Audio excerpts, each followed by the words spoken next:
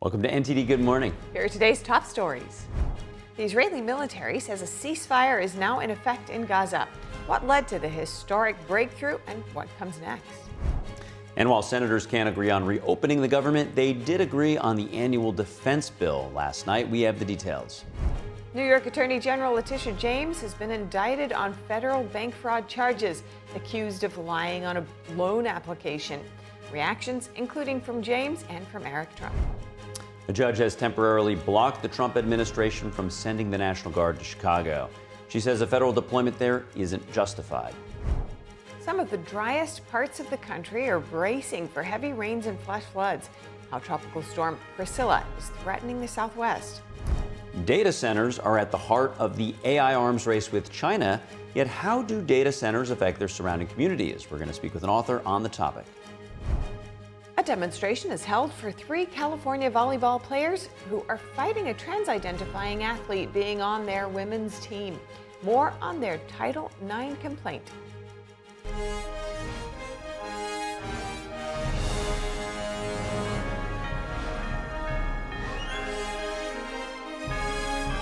This is NTD Good Morning. Live from our global headquarters in New York City, here are Stephanie Cox and Carrie Dunst. Good morning. Thanks for joining us. Today's Friday, October 10th. This is NTD Good Morning. Today's top news: the Israeli military says the ceasefire is in effect as it pulls troops back in Gaza, a historic breakthrough in the Middle East. This follows the Israeli cabinet's approval of the U.S. brokered peace deal that Hamas, the terrorist group, has also agreed to. Here are the details.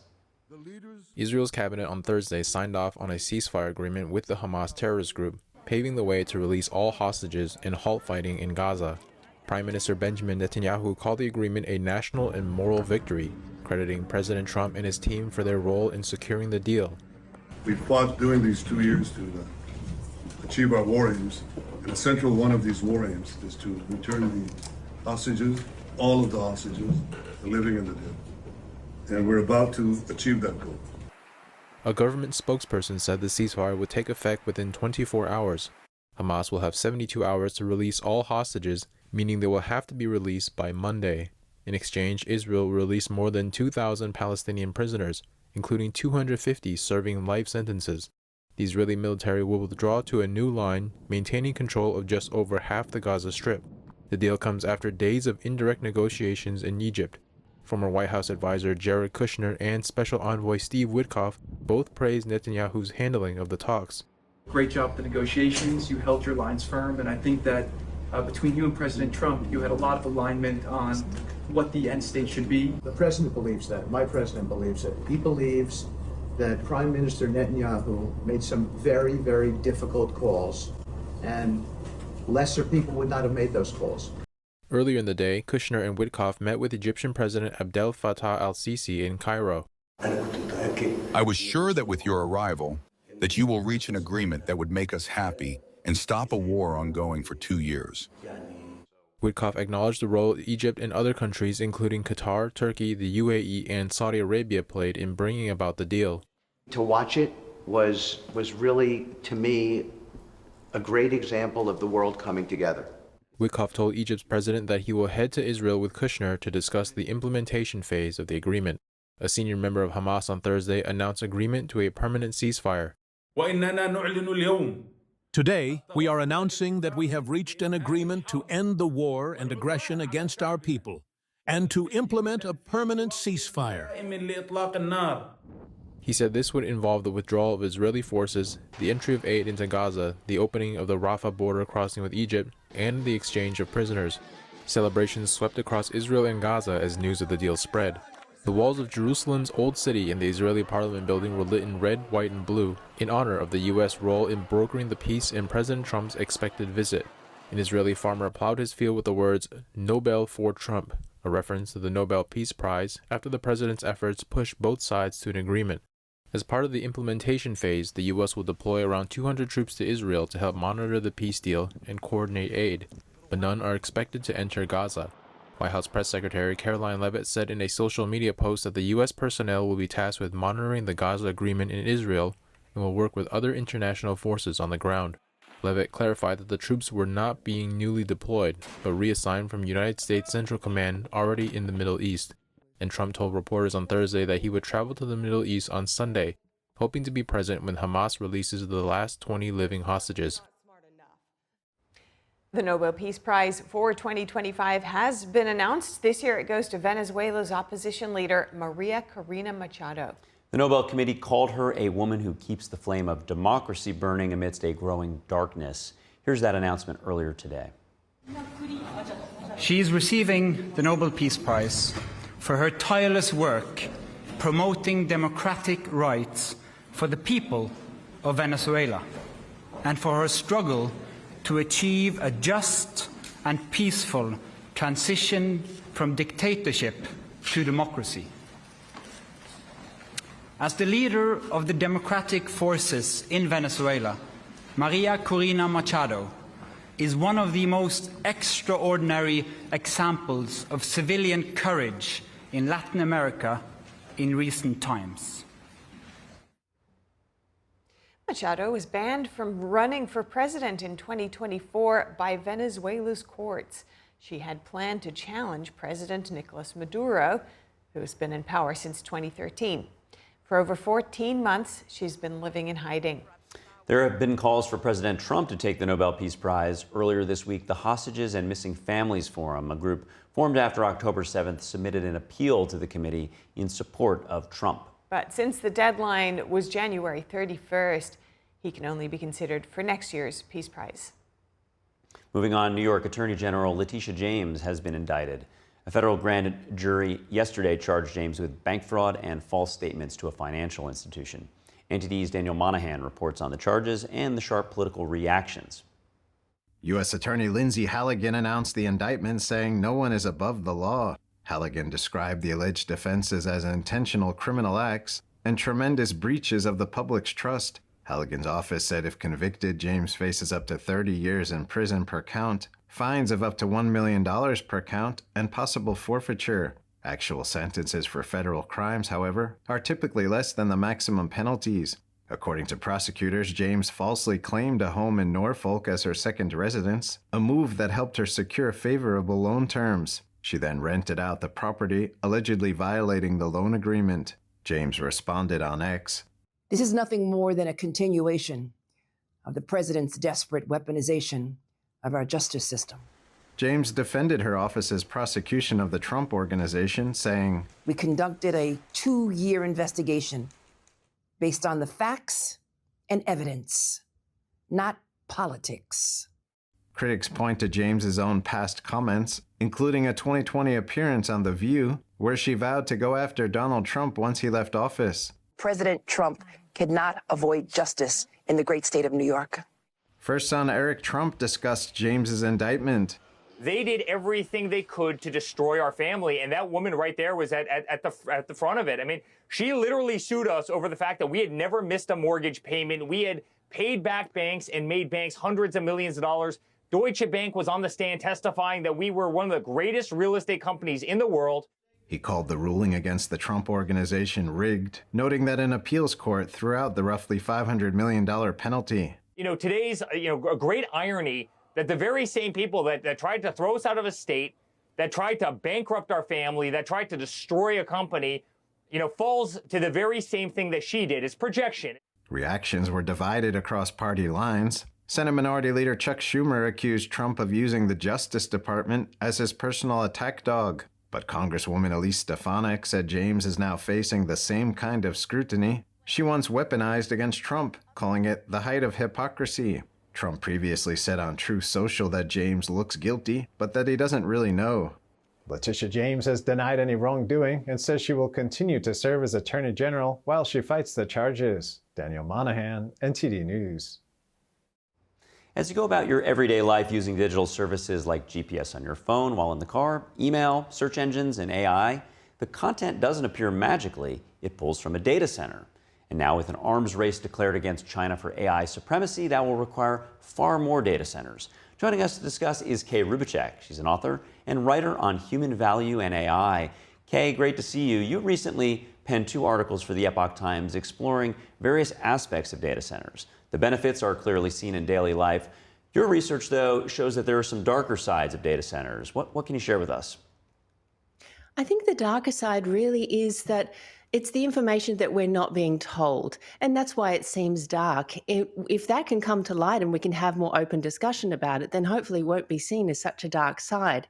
Because we are using AI in everyday life now, and it's throughout so many of our administration systems and institutions in society. But we use it as just digital data points. We're using it on our phone and we're using it on our computers, but we're not thinking about where that comes from. So many people have this concept that AI is some form of magical tool that just exists out in the cloud.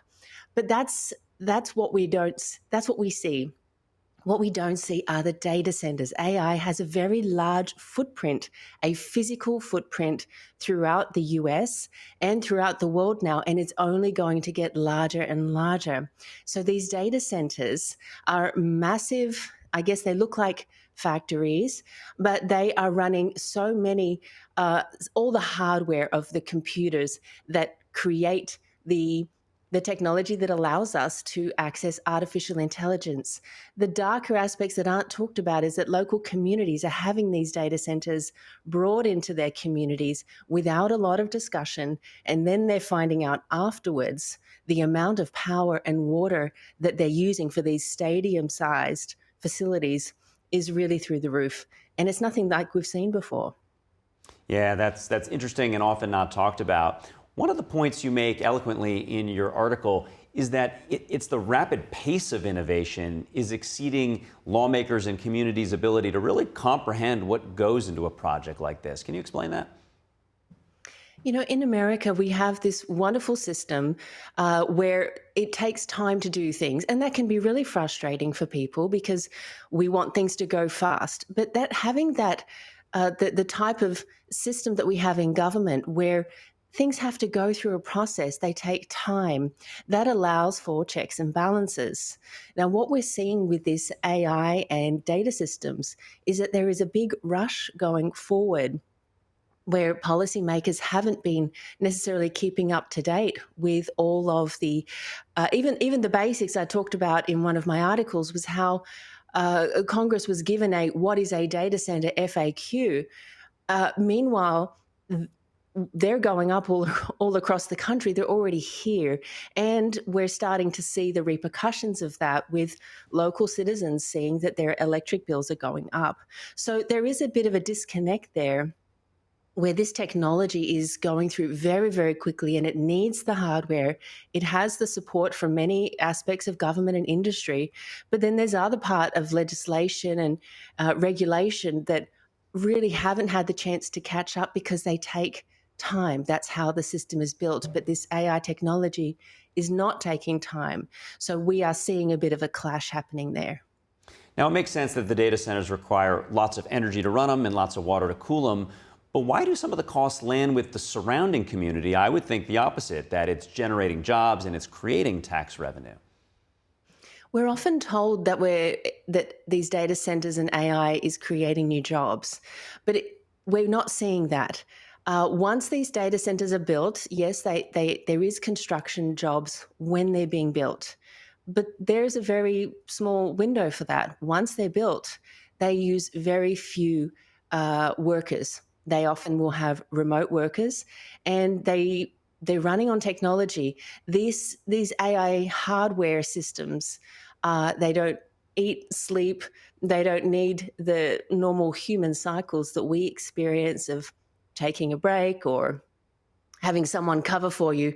They're just running 24/7, and they're designed that way. They don't need a lot of people. So we're not seeing really sustainable job growth through these AI data centers. Now, with the water and the electric, it really depends on the data center. Some are more dependent on requiring more water, others require more electric. So there are a few different ways that they're constructed.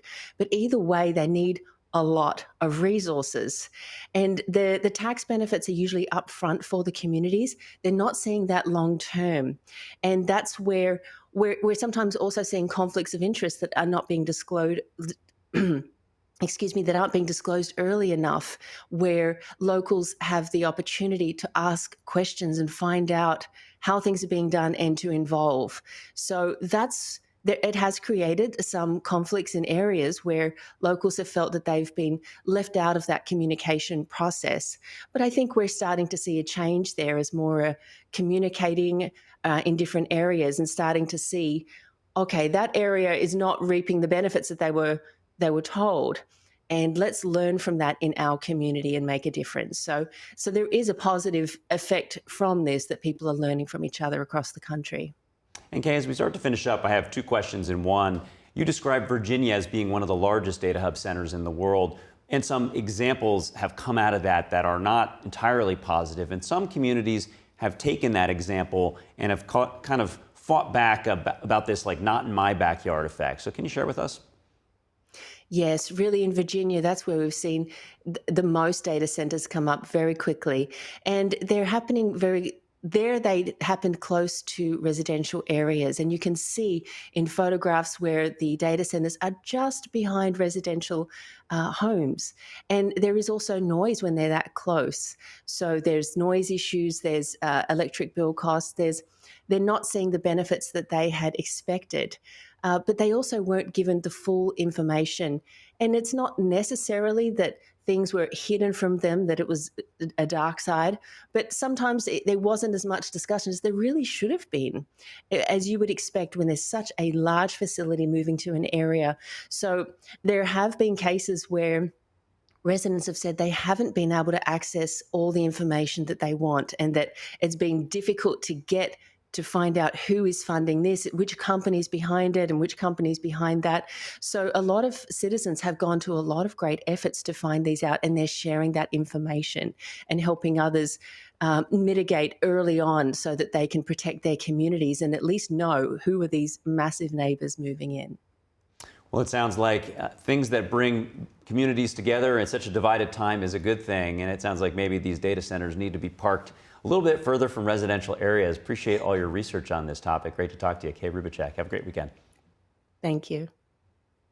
Up ahead, the Southwest is bracing for heavy rainfall and the threat of flash floods. Why some of the country's driest parts are expecting months worth of rain just in a few days, coming soon. And while senators can't agree on reopening the government just yet, they did agree on the annual defense bill. We have the details there. And a judge has temporarily blocked the Trump administration from deploying federal troops to Chicago. And the Memphis mayor says the National Guard will start patrolling in Tennessee today. We're going to have those stories and more. We'll be right back.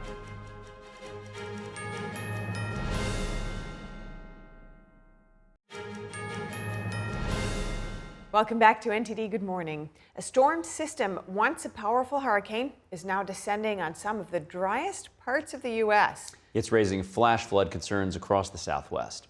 Tropical storm Priscilla, downgraded from a hurricane, is moving toward Arizona, Utah, New Mexico, and Colorado, carrying heavy moisture that could bring a month's worth of rain in just days. Northern Arizona is most at risk, with 2 to 3 inches of rainfall expected around Flagstaff, a city south of the Grand Canyon, with heavier amounts possible in other locations, creating dangerous conditions in deserts and canyon areas. Officials are watching for flash floods, and communities are preparing by placing sandbags, releasing water from ponds, and monitoring low water crossings. The Havasupai tribe has a reservation in a gorge near the Grand Canyon, and that's prone to flooding. The tribe has warned tourists in a social media post to avoid certain areas if it's raining or flooding and seek the higher ground. And as the government shutdown continues into the 10th day, half the federal government's employees are currently furloughed. Many others are working without pay. Democrats in the Senate say they won't vote for the continuing resolution unless it extends tax credits for Obamacare. NTD's Washington correspondent Jack Bradley brings us more. The motion is not agreed to. The Senate on Thursday once again failed to advance the continuing resolution in a 54-45 vote. Most Republicans voting for it, most Democrats voting against. They need 60 to overcome the filibuster and reopen the government. Now, the shutdown gives the president the authority to decide what gets funded during this time. President Trump at a cabinet meeting saying he's planning on cutting Democrat programs.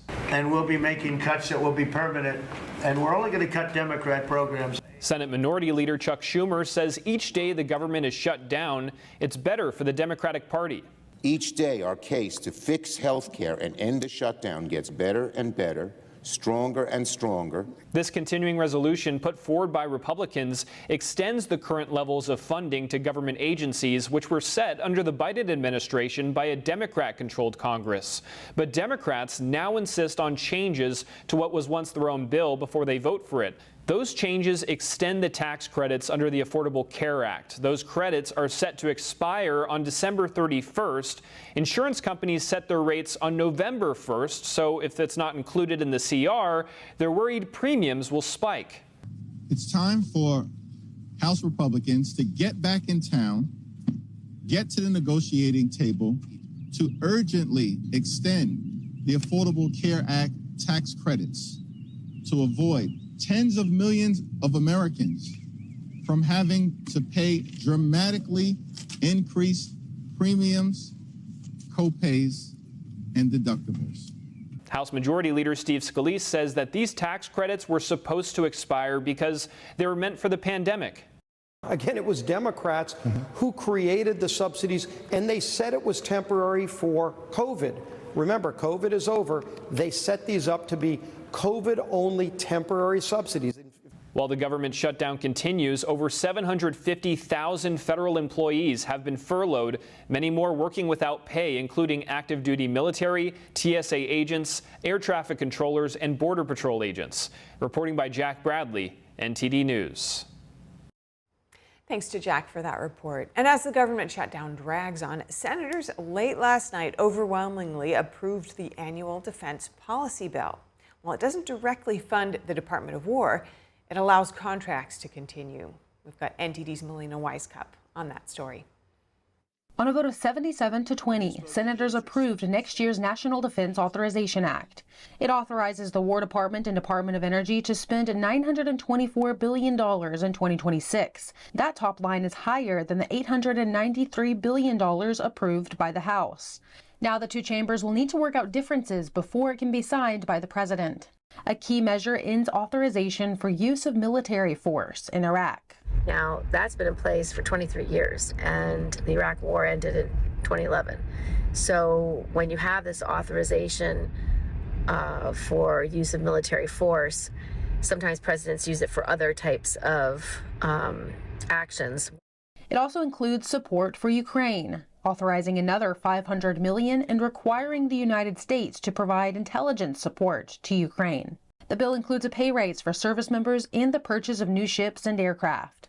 We fought for important assets at Whiteman Air Force Base, the B-21's coming, and then also got secured the F-47 that's going to be built in St. Louis, and there's money in there for that. So a big win that makes America safer and Missouri safer too.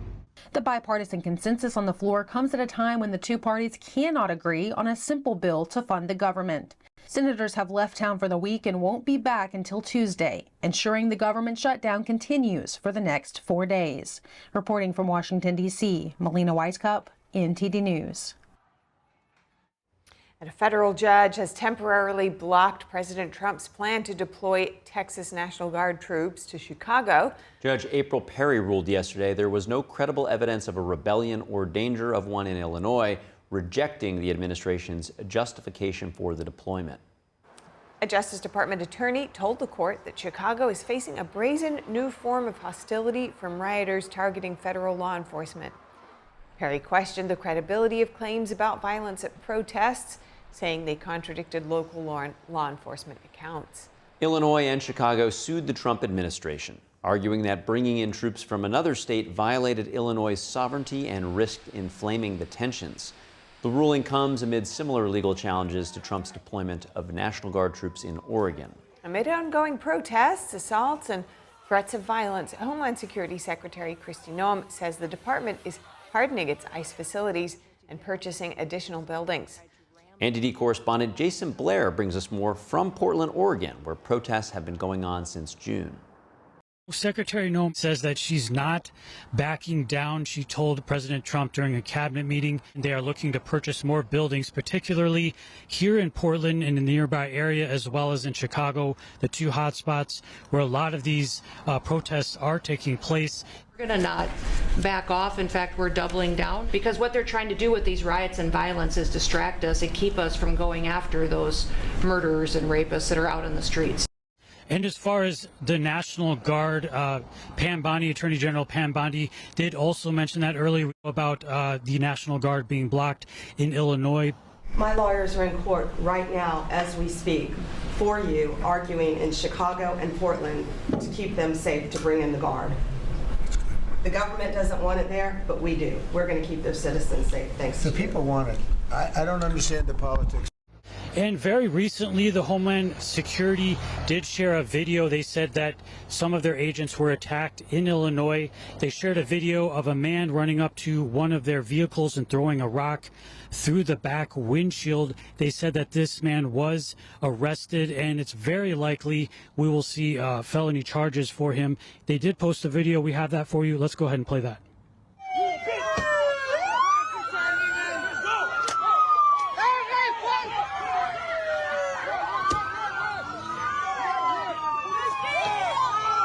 And Secretary Noem was here in Portland just on Tuesday. She did say she talked to the governor of Oregon. She talked to the mayor. She talked to the chief of police here and said that she will quadruple the amount of agents here if they don't, take these security measures in place that she is requesting for her officers. So I'll be here. Maybe we'll be hearing more about that in the near future here in Portland. Great report, Jason Blair. Mayor Paul Young of Memphis, Tennessee, said National Guard members will begin patrolling today. Young said the federal agencies have been here for about a week, and his team has been coordinating with them. The National Guard has been sent to 3 U.S. states and the District of Columbia. The federal government is trying to get court approval to send troops to Illinois and Oregon, where local governors object. A judge in Chicago temporarily stopped the troop deployment in Illinois yesterday. In Tennessee, the governor approved the National Guard's presence in Memphis. About 150 Guard members there will work with federal, state, and local law enforcement. Meanwhile, a court is deciding if President Trump had the right to take control of 200 Oregon Guard troops. Those troops were meant to be sent to Portland, where small protests have continued outside an ICE building. And for the second day in a row, a Justice Department attorney asked a Ninth Circuit panel of judges to allow federalized National Guard troops to be deployed in Oregon. NTD's Arlene Richards brings us the details. A Department of Justice attorney on Thursday explained to a 3-judge panel why the National Guard should be deployed in Oregon. The second time in recent months, a district court in this circuit has entered a heretofore unprecedented order enjoining the president from calling up the National Guard to protect federal personnel and property from violence aimed at thwarting federal law enforcement. The ICE facility in Portland and the federal law enforcement officers who work there have faced a steady stream of violence, threats of violence, and harassment from violent agitators bent on impeding federal immigration enforcement. The administration is contending that protests against federal officers and property is equivalent to a rebellion, and local law enforcement is not able to control it. The justices focused on the language of the law relied on by the Trump administration to federalize the National Guard. For example, they asked what is the meaning of the word rebellion. Oregon's attorney said the protests are not that bad. So it needs to be this significant, intense, large-scale situation that really it has such a large impact on the fabric of the country. I mean, if we're comparing it to an invasion from a foreign power, that's something that goes to the heart of the safety of our country. And when it explains also why the president has deference in these circumstances. She also said that the president's actions are limited by the current circumstances, which she argued are no longer emergencies. current block on the deployment of troops will remain in place until at least October 19th, unless the Ninth Circuit overturns it. Arlene Richards, NTD News. Up ahead, thousands pack the University of North Dakota for a Turning Point USA event honoring Charlie Kirk 1 month after his assassination at a Utah campus stop.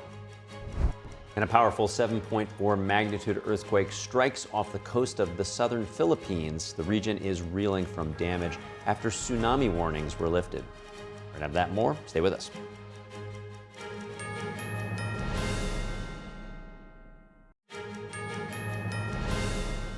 Welcome back to NTD Good Morning. Taiwan is planning a new air defense system called T-Dome to defend against possible enemy threats. The island also increasing defense spending. Here's President Lai Ching-te.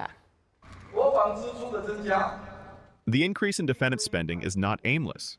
It is a necessary response to clear threats and a driving force for developing our defense industry.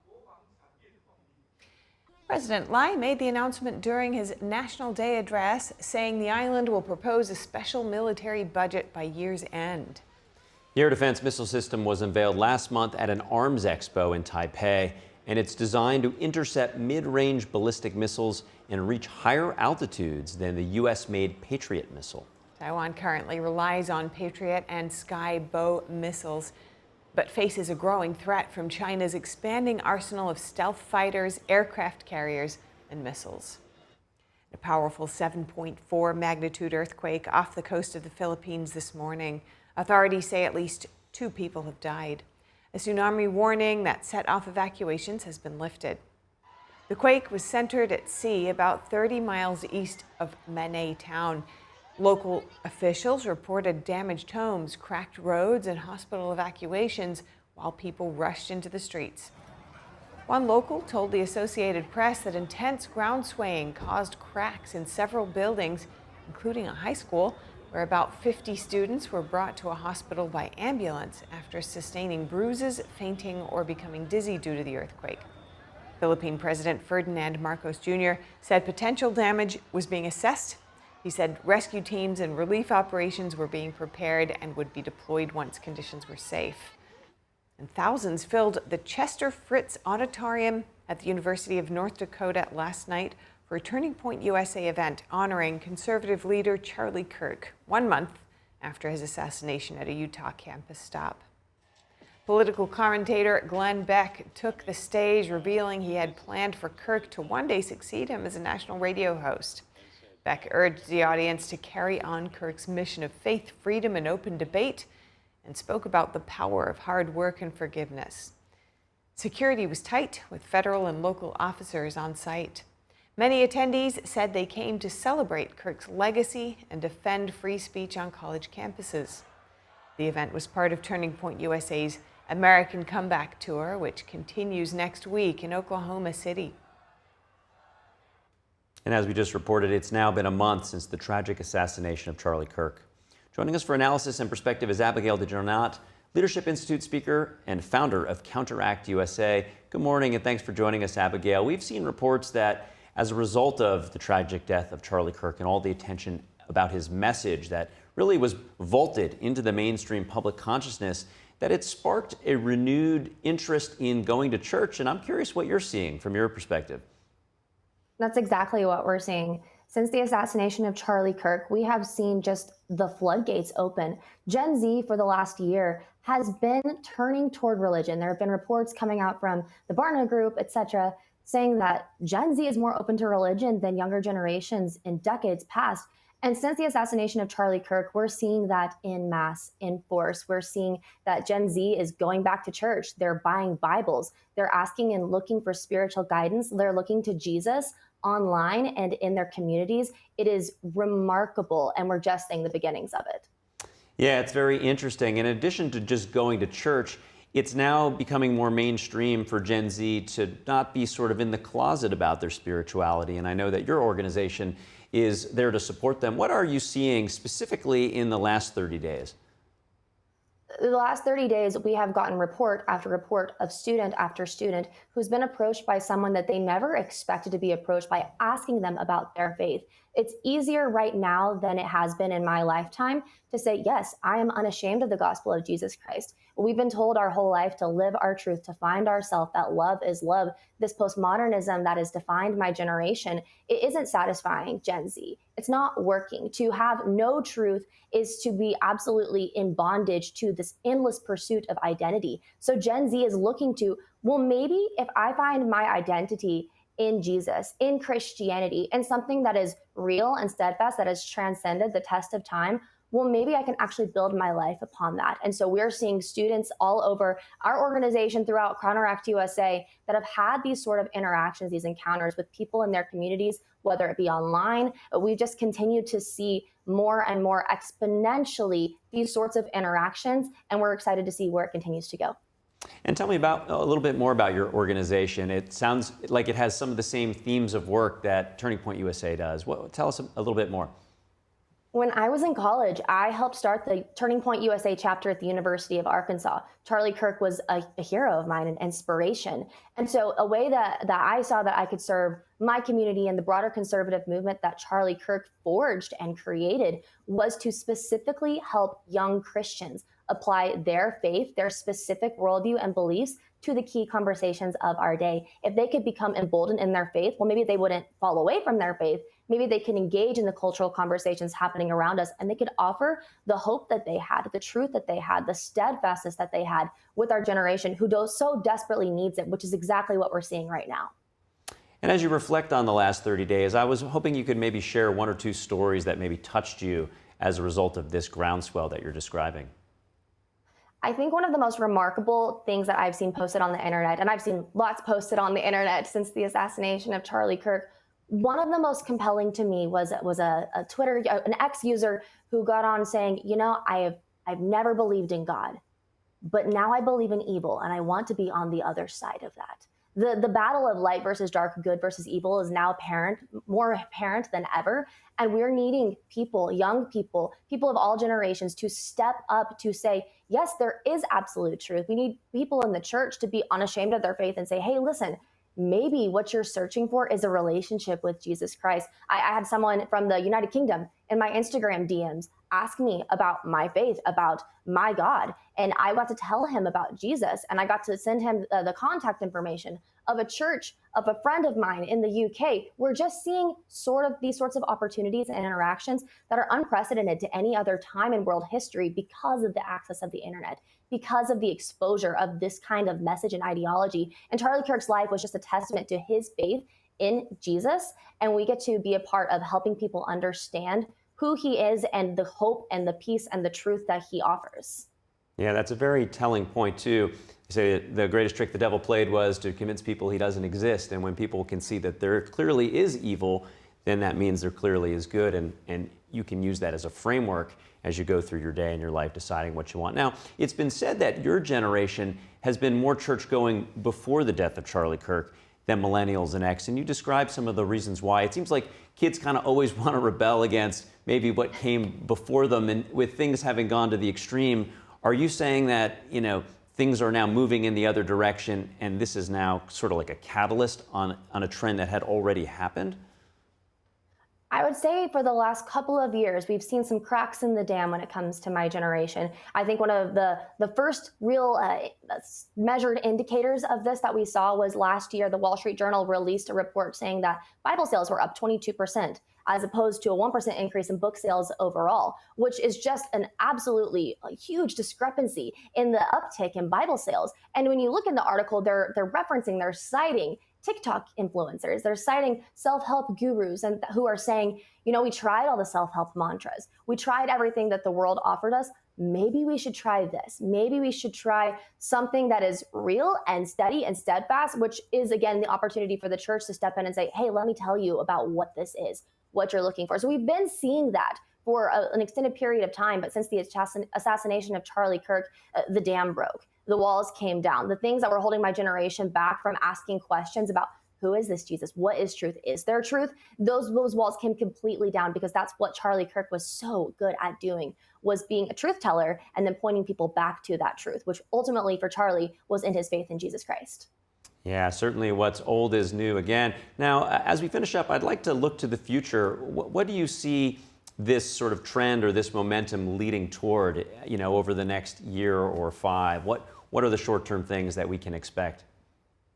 The short-term things what we're seeing right now. We're seeing an increased and just profound interest in religion, specifically in Christianity, because that is what Charlie Kirk held so dearly. It's what compelled him and gave him the courage and the conviction to do everything that he did. But it's definitely a moment of time, a window of opportunity. I think that if we continue to be good stewards of this moment, if we continue to step into this moment and to be bold and outspoken and to kind of redirect the narrative while we have this kind of opening, I think we could see long-term effects of a generation, my generation, who continues to base their values in something that is actually real and true, and their faith in a conviction that compels them to shape the rest of their lives accordingly. I think we could see some long-term benefits to that if we continue and be present in this moment. But we cannot let up for even a moment. We can't. It's not a matter of forcing your opinion on someone. It's literally stepping into a moment of opportunity that we objectively find ourselves in right now. And we may not ever have a moment like this again. So it's an opportunity. I'm excited to see what God does with it, but it's certainly something that we cannot take for granted, and we must continue to be diligent to step into and to lean into. Having more good people. Can't see much wrong with that. Appreciate you joining us this morning. Abigail DeJohnette. Absolutely. Good luck with everything. Thank you for having me. And up ahead, a demonstration is held for 3 California volleyball players who are fighting a trans-identifying athlete being on their women's team. More on their Title IX complaint right after this.